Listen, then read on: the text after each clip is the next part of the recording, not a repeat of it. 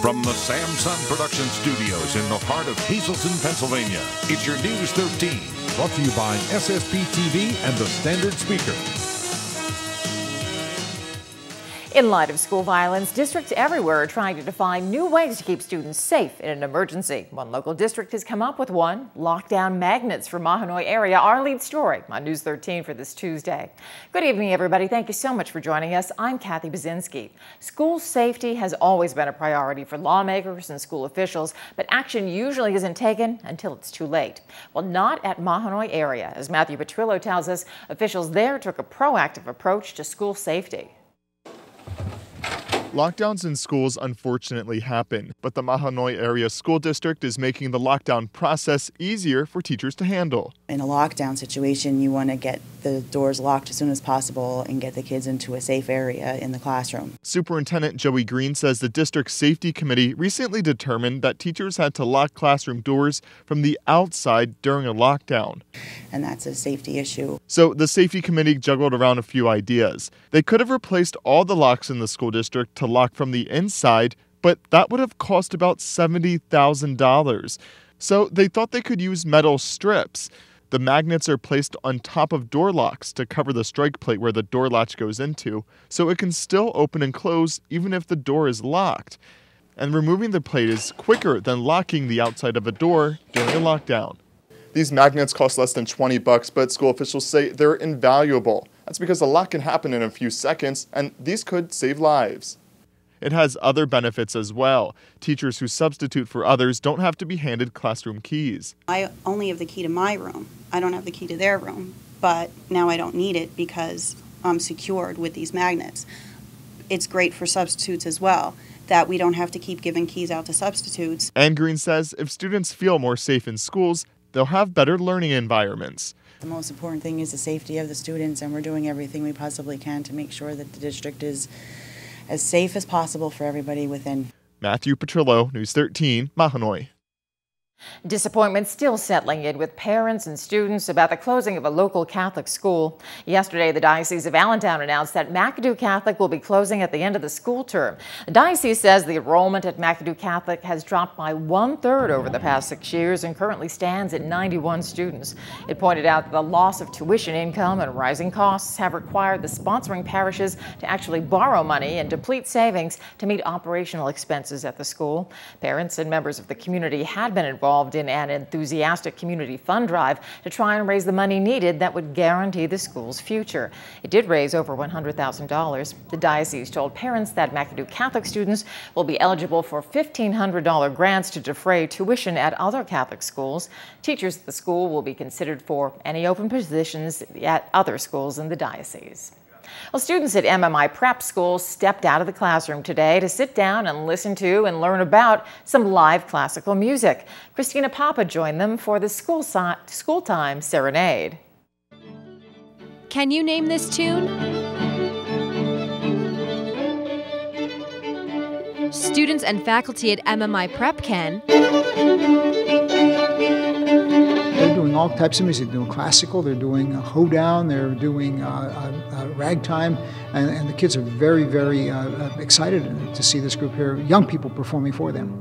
Today, the Boston-based classically trained string quartet, A Far Cry, performed for students and faculty like 12th grader Farah Quadri. Well, I think that a lot of us we listen to the radio, but none of us really have that deep appreciation for classical music, and it's nice when they bring in artists like this because it's entertaining and we get to learn, but it's also really great music. The young performers travel the country playing for students and communities. Their goal is to get students like Farah interested in music. She may not play the violin, viola, or cello, but that doesn't mean Farah can appreciate their classic sounds. I think for anything you do, you should really be passionate about it, and you can definitely see the passion, and the fact that they're taking their skills and bringing it to schools all around the country is really astounding. And that's exactly what teachers hoped students would learn from today's event. Today's preview may have been a way for the students to step out of the classroom, but teachers hope to use this as a hands-on learning experience for the students that they'll be able to use in future classroom discussions. Music teacher Daniel DeMelfi hopes the students will take away some type of music appreciation from today's event. this is classic. It shows people what is possible if a person is dedicated to practicing a musical instrument. It's just so impressive that I hope it inspires the kids to, if not study more music, but at least to have an appreciation for all types of music. Tonight, A Far Cry will be performing at Hazleton Area High School. The entire community is invited. Students from MMI are invited and can attend for free. Christina Papa, News 13, Freeland. A West Hazleton man behind bars after police found a huge stash of illegal drugs during a late-night traffic stop. State troopers seized 500 bags of heroin and 3 baggies of crack cocaine from West Hazleton's Nelson Dario Soto last Thursday. They released these photos of the cache to News 13 today. They say Soto tried to flee the scene but was caught after he was pulled over for committing driving violations, including running a stop sign.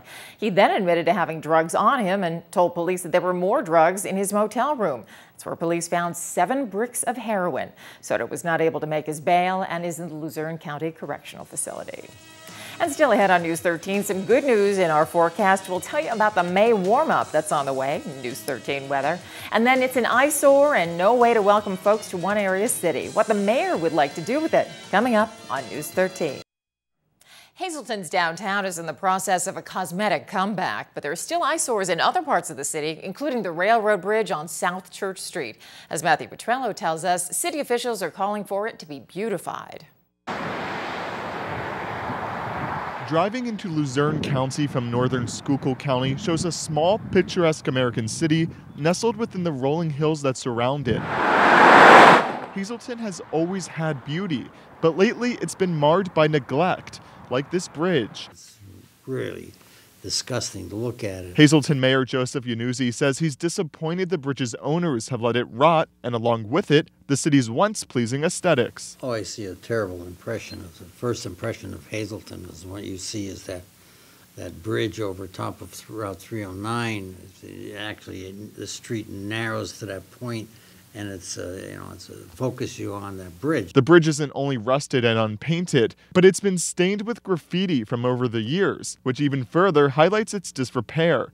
The mayor says instead of a warm message welcoming drivers into the heart of Hazleton, the bridge's racial slurs send just the opposite. Now, just as dilapidated as the outside of the bridge is this pedestrian walkway. It's so beaten up that people actually prefer to walk across these railroad tracks and risk falling in a hole here.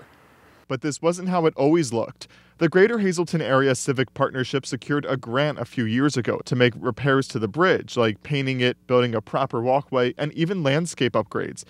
But the owners of the bridge, Norfolk Southern, refused to let the upgrades happen. Still, Mayor Yannuzzi says even just a little elbow grease can do a lot to the eyesore. I would just like to see fresh painting. I mean, who wouldn't want to see Welcome to Hazleton, but plain is good enough for me. Just to make it disappear in the sky, if you know what I mean, so that image is not in your head when you pass through Hazleton. Norfolk Southern is attempting to secure money for repairs, but was supposed to update construction crews in February. There's still no word to when the project may start, if at all. Matthew Petrillo, News 13, Hazleton. And time now for our regional weather from the National Weather Service. Checking out the radar, maybe a sprinkle passing through here or there, but that's about it. And things improve. Boy, do they improve as we head into Wednesday. Creative Condition is all about sunny days and rainbows. It's a cutie. It's by Jacob Davidovich, a second grader at Valley Elementary, and he says he's walking on a rainbow with his girlfriend. Now let's take a look at News 13 weather from the National Weather Service for Greater Hazleton. For tonight, slight chance of evening showers, low down to 41. Then for Wednesday, partly sunny with a high near 66 degrees, nighttime low around 43. Heading on over to Schuylkill County for tonight, chance of light rain mainly into the overnight with a low around 43. And for tomorrow, morning clouds giving way to sunshine with a high near 64, nighttime low around 43. Well, with the weather warming up as it is, folks will be taking their four-legged friends outside a lot more, but it's not wise to let them run free. Christina Papa spoke with folks in Hazleton who deal with dogs on a daily basis and learned why it's important to keep your dog on a leash. It's pretty much right down here. Postman Greg Bolka delivers the mail in Hazleton through all types of conditions, some more dangerous than others. It's always a danger. You have to be cognizant of it. It's something that's always in the back of your mind. Greg's talking about man's best friend, the dog. Although most of the pups he encounters are friendly, Greg says some are a little wild. The major thing that we've been seeing lately is a lot of dogs will be jumping gates, getting out, getting loose, and they're always the wild card that you have to be on the look for at all times. Greg has had issues with dogs once or twice in the past. That's why he carries protection. Again, we carry dog spray. We carry our bags on us that hopefully if we do see a dog coming, we can put the bag out to protect ourselves, and they take the bag instead of a leg. As the weather gets warmer, more people will be letting their dogs out. Hazleton Animal Shelter employee Christopher Barkanik says there are things pet owners should do to keep the mailman and their four-legged canines safe and healthy outside. Yeah, if you have a dog that you believe could be a problem to any mailman or postal worker, somebody passing through, I would keep it on a chain, or make sure it doesn't have total free roam of the yard if there's any risk of strangers passing. Once the sun shines through, dogs outside should always have two very important things: shelter and water. Keep your animal sheltered from the sun. Make sure they have a place where they can get completely out of it. And also make sure there's plenty of fresh water for the animal to drink. And once the weather breaks, the animal shelter says a fenced-in dog park is a great place to take your dog, just like this one, Bailey's Bark Park right here in Hazleton. They say that way the dog can run free without a leash safely. If a lost dog wanders onto your property, Christopher says be careful about going up to the pup you don't know. Well, it depends on the temperament of the animal. I would be cautious and keep your distance if possible. You could always, as long as you live within our area, within Hazleton, you could put a leash on the dog and bring it down to us. We receive strays daily. As for the mailman, Christopher says if dog owners know their pup is aggressive, try to keep them as far away from the postman as possible. Christina Papa, News 13, Hazleton. And let's check the winning midday lottery numbers. Good luck if you play. The Daily 399, Big 4 9509, Quinto 68753, and the Treasure Hunt 7 11 12 15 28. Hope you won. Good evening, everyone, and here's tonight's social news. First tonight, happy birthday to Lorraine Anderson. This wish comes with love from your family, friends, and everyone at SSPTV. Tonight's Talk of the Town report: the 4th annual Making a Difference golf tournament will be held Friday, May 3rd at Sand Springs Country Club. Proceeds benefit the American Cancer Society. For more info, please call Janine 570-956-3393. Also tonight, the 33rd annual Coal Cracker 10K and Fun Run will be held June 8th in downtown Shenandoah, with the race time set for 10 a.m. There will be a post-race pierogi party for the runners. For more info, please call 570-462-0389. And finally, the Hazleton Art League will be holding a special benefit Saturday, May 4th at 7 p.m. Marcus Calisordo will be performing poetry along with the musical talents of Chelsea Smar. The event will benefit Soul Kitchen, a program that feeds over 350 people each month. For more info, please call 570-454-0092 or check out www.hazletonsartleague.com. That's tonight's Talk of the Town. News 13 would like to send sincere condolences to the family and friends of these recently departed. Jacqueline Hahn of Lehighton. Memorial will be held Saturday at 2 p.m. at the Roberts Funeral Home. Florian J. Saladigo of Hometown. Services will be held at the convenience of the family from the Lamar Christ Funeral Home. Robert Charles Tomko of Michigan. Services will be held in Ada, Michigan. And Olga Veranda of Hazleton. Mass is Wednesday at 10 a.m. in the Transfiguration Church. Friends may call at the church from 9:30 to 10 a.m. The Hillary J. Bonin Funeral Home is assisting the family. Tonight's obituaries have been brought to you by the Smilax Floral Shop located in 15th Street in Hazleton. For delivery to all local funeral homes, call 570-454-0111. And by Mia's, once again, the Hazleton area's #1 rated restaurant. Call 570-501-3410 for information on luncheon packages.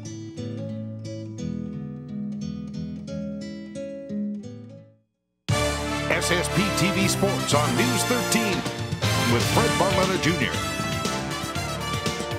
Well, Hazleton area Cougars are still entertaining ideas of winning the Division I championship. The Berwick Bulldogs are the team that they're battling it out with. As little as, 5 days ago, Berwick and Hazleton area were tied.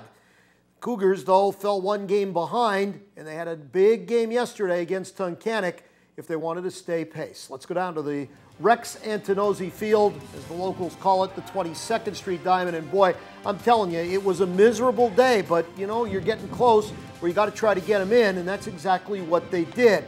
Hazleton wasn't the only one. The entire league played in conditions that were really better suited for Ducks than baseball players. But that being said, Tunkhannock, pretty formidable foe. They're in first place in Division II. You're taking a look.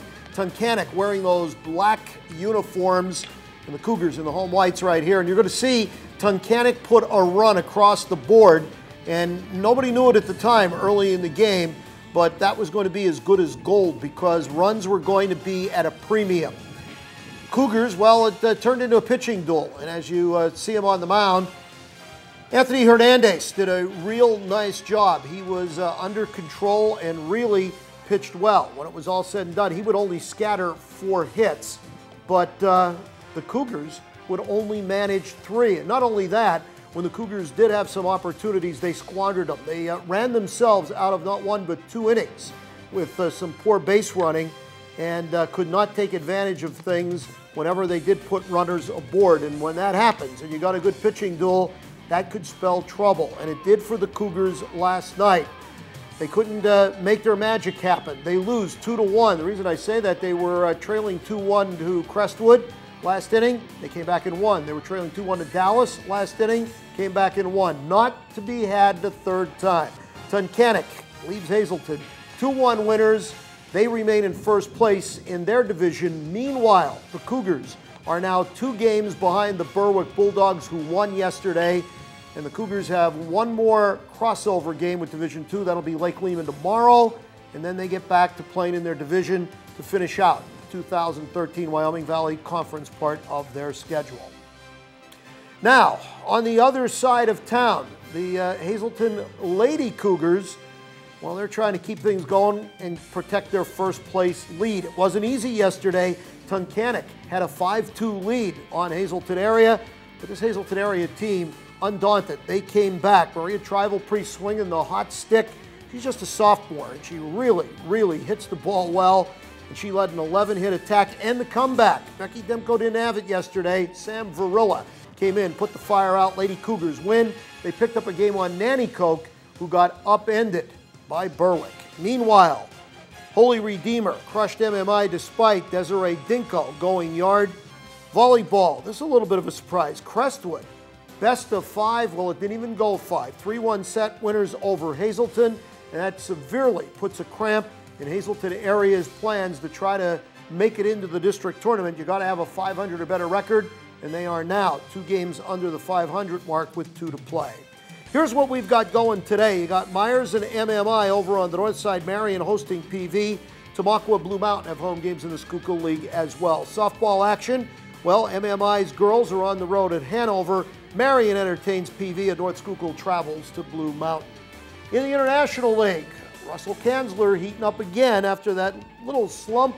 He goes yard again, knocks in a couple of runs, goes 2 for 4. His Norfolk team have now won 5 in a row. Kanzler had himself a very decent month of April with 1 game to go. Kyle Landis didn't pitch last night. His Akron team gets knocked off by the Altoona Curve 2-0.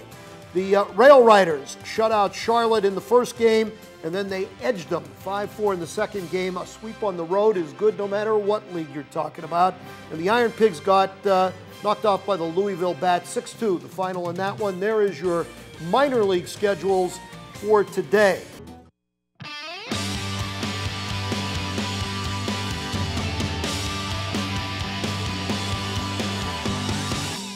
Welcome to this week's Super Segment. Today I'm with Dr. Antonelli and Mr. Basic, and we'll be speaking about several job opportunities that will be opening up in the near future. Dr. Antonelli, what are these job openings? First, Christine, I would like to say that National Management did a staffing study in this district several years ago, and the results of the study indicated that the central office is clearly understaffed for a district this size. So we recently added an assistant superintendent for 9 to 12 curriculum and other special projects as assigned by the superintendent. We will be posting and looking for a second assistant superintendent with K to 8 curriculum responsibilities and other special projects as directed by the superintendent. We will be posting for a supervisor of federal programs, a coordinator of child accounting, a coordinator of registration, and also a human resource manager. So all of these new jobs are really necessary for the school district. Can you explain some of the jobs What will these people have to do in those, I guess, new jobs? The assistant superintendent will be in charge of all things kindergarten to 8th grade, including curriculum and student services, things like guidance and the like. The supervisor of federal programs and alternative education will be the person who will be in charge of our Title I program and our ESL program for the better part of their day, along with our alternative education activities for those students that don't fit well in the regular education setting. The coordinator of federal programs is the financial person. It's an assistant actually to the supervisor of federal programs. They'll take care of all of the grant funding, paying the bills and those kinds of things for the title program and for the alternative ed program. And the director of human services is going to be the person that will be in charge of all of the hiring for the school district. We are certainly one of the largest, if not the largest, employer in the Hazleton area, and have really been doing that without a human resources department. All right, so these jobs are open to the public, but there are deadlines for applying for them. Dr. Antonelli, can you explain when should these people have those applications in by? The assistant superintendent in charge of K-8 curriculum, that job will be posted for 30 days, and the other positions will be posted for approximately 10 days. Those 5 positions will be online today at hasdk12.org if you are interested in applying for those jobs. That's this week's Super Segment, and we'll see you next week.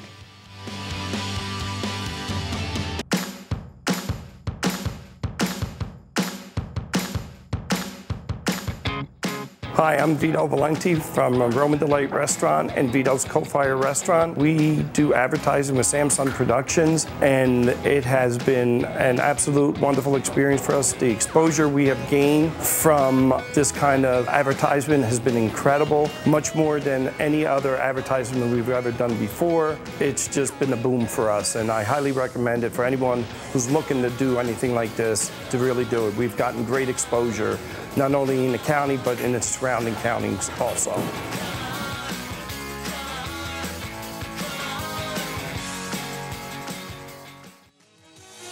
And that's News 13 for your Tuesday. Thank you so much for joining us. You can catch this newscast again with rebroadcast throughout tonight, or just go to News 13's website anytime, SSPTV.com, where you'll always find the local and regional news you need and the community news you want. For the entire News 13 team, thank you so much for joining us. I'm Kathy Bazinski. Have a great night.